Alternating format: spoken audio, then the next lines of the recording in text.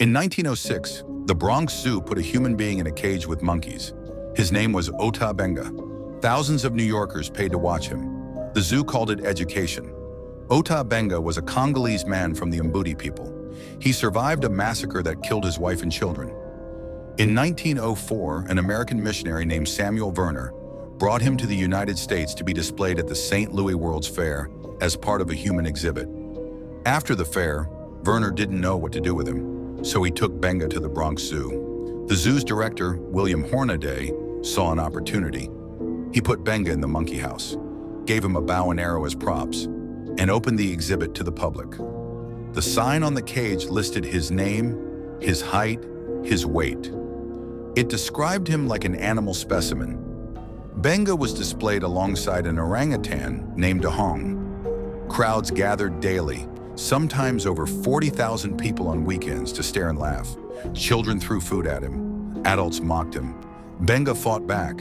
He shot arrows at gawkers. He refused to perform. He tried to maintain his dignity while being treated like a zoo attraction. Black ministers protested immediately. They demanded his release, calling it a disgrace and dehumanizing. The zoo's response? They claimed Benga was there voluntarily, that he was being educated about American society, that the exhibit showed evolutionary science. It was a lie wrapped in racism, disguised as progress. After massive public outcry, Benga was removed from the cage after just 20 days. But the damage was done. He was moved between orphanages and foster homes, never finding stability.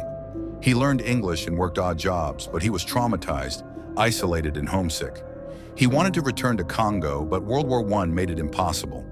The man who survived genocide, who was displayed in a cage, who endured America's cruelty, couldn't go home. In 1916, at age 32, Ota Benga took his own life. He built a ceremonial fire, performed a tribal dance, and shot himself in the heart.